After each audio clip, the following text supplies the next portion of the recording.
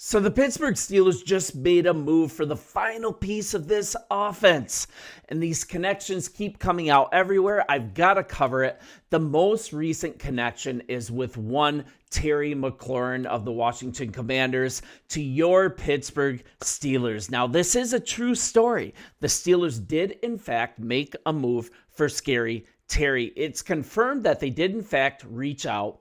But I'm not going to just push something that's not going to happen for a couple reasons. One's related to what the player specifically wants on the field. He's made it very, very clear. And I'm not saying it's about money or even trade compensation to the Commanders. Pittsburgh has more than enough cap space. They have more than enough draft assets in this upcoming draft next year to really make this deal happen. But it comes down specifically to the player. And this is specifically from a source telling DK Pittsburgh Sports. We're looking at McLaurin, 29. He's really been one of the most productive receivers in the NFL, super consistent, and he's done it over the last 6 years. He's had 5 1,000-yard seasons. He's been named to 2 Pro Bowls. He was second-team All-Pro in 2024, and now he's heading into the final year of his contract. He wants a new one, right? But he's made absolutely no ground with the Washington Commanders. They are at a standstill. And he informed the team this week that he wants to be traded. So, of course, the con artist, Omar Khan, your GM, he's just done a fantastic job managing the cap this year. He naturally reached out. And the 2-time Pro Bowler, he was initially a holdout in camp. He reported to training camp last Saturday. But after a physical, McLaurin was placed on the physically unable to perform list, the PUP list, with an ankle injury. Now, I think if this contract is signed, the ankle injury kind of magically goes away. That's just what I think sometimes happens with players. But in reaching out to the Commanders, the Steelers, they learned a couple things. They learned that McLaurin not only wants to be paid like a true number one receiver. That's expected. I don't think that was a problem. I don't think the Steelers would have reached out if they thought that he wanted to be paid pennies. I don't think money's a problem. But he wants to be the true number one receiver on any team he plays on in 2025 and beyond. Now, that's going to make it difficult with any team because most teams already have that concretely in place, and the Pittsburgh Steelers are none different. They have DK Metcalf solidly in that spot. But still, absolutely no surprise that Khan picked up the phone, that he called about McLaurin. But everywhere online, they're talking about like this is seriously going to happen. And I think the chance is really slim. The Steelers general manager has been very aggressive this offseason. And that's kind of exciting for you guys to see, I'm sure, because that's usually not the case. He's brought in guys like Metcalf, Jalen Ramsey, Darius Slay, Jonnu Smith, just tons and tons of top-notch players that have come to the Steel City. So per sources, the Steelers had no concern whatsoever about fitting Terry McLaurin under the salary cap, even with a brand new contract. And this is the thing is with him specifically, any acquiring team, they'd have to take on an $18.8 million cap hit for McLaurin. And then any potential trade and new contract would have likely lowered that figure, though. Look, for example, what happened with DK Metcalf. They traded for him. I believe it was a second rounder. They signed him to his new contract. And then his 2025 cap hit was lowered from $18 million to $11 million. You guys, money-wise, this could definitely happen. And McLaurin is obviously wanting to sign a new contract. And over this past year, McLaurin's receiving peers. I don't know if they're exactly peers, but like real estate, these are the comps, right? You've got the Dallas Cowboys CeeDee Lamb. You've got Justin Jefferson. You've got Jamar Chase. You've even got T. Higgins. All these guys have signed record-breaking contracts worth $34 million at Lamb, $35 for Jet, $40 million for Chase, and this is on an annual average.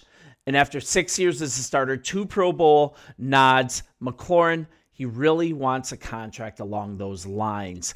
But I think what really makes sense other receivers closer to his age. He's going to be 30 on September 15th.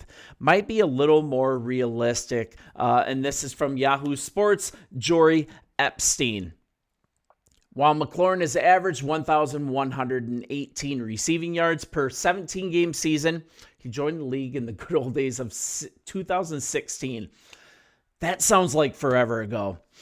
He's older now. He's been less prolific than the top-earning trio spoken about before this. McLaurin's going to turn 30, Chase is 25, Lamb and Jet are 26. So she's saying more reasonable comparisons begin with those of McLaurin's 2019 draft classmates, A.J. Brown and DK Metcalf. That's 2019 that he was drafted and not 2016. That's my bad.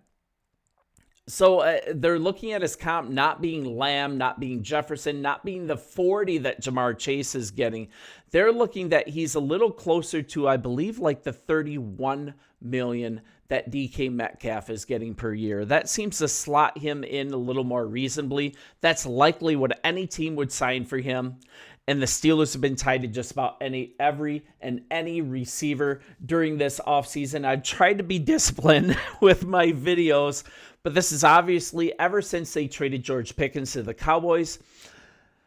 If they do add another receiver, I don't think it's going to be McLaurin. I don't think Washington lets him go. But the Steelers, uncharacteristically aggressive this offseason. I'm doing my best right now. This is so early in the morning before church. So you guys, thanks for being here with me. And the offense is going to look so much more dynamic. Aaron Rodgers is going to be under center. Is it necessary to have one more legit receiver? Jonnu Smith is in town. Freiermuth is there. We've got Austin really coming into his own last year. I project really good things. Roman Wilson, he's starting to get some splash plays in camp. But of course, this is led by Metcalf, a dynamic duo, a fantastic tandem of Metcalf and McLaurin would be absolutely incredible. And I mean, most notably because these receivers have two completely different styles. But it's really unlikely that McLaurin is going to be placed as a number one option. And he's actually placing that as an absolute no-go when being traded to another team. But here's the thing. If he goes to any team, can you think of any team that if he went there, he would automatically be the number one receiver? I mean, off the top of my head, I'm having a really difficult time. Of course, he comes into town in a different city and he has to completely learn the playbook halfway through camp. I don't think it's going to happen. But the Steelers, if this changes, the Steelers, they're expected to have roughly 12 selections. Tons of third-round picks. This might get done for a day 2 pick, even a second rounder. It's definitely possible. I think Omar Khan would absolutely jump on this. It's just a matter of what the player specifically wants and also what the trade compensation is for the Washington Commanders. But this is a team that's way on the upswing. They just broke out last year. I highly doubt they're going to want to get rid of their number one receiver. Granted, they have Deebo Samuel in town, but Deebo Samuel, he's not a number one. He might not even be a number 2 at this point in his career. He's a guy that creates mismatches against linebackers. This is a guy that's a catch-and-go guy. Fantastic addition. I think he's going to have a great year, but he's not Terry McLaurin. So you guys let me know, as you always do, in the comments. I'm going to continue to be here on the daily with kind of an outsider's view, kind of a non-fan view of your Pittsburgh Steelers. And you guys have been great. It's so much fun growing a new channel with you guys. I'm primarily a Bears guy. Check out Sports Talk Bears. Would love to have you there as well. And if you haven't already, hit the subscribe button. It's a huge blessing to me and my family, and it allows me to keep doing this. So enjoy training camp. Enjoy your Sunday. I hope the weather's great, and we'll talk soon.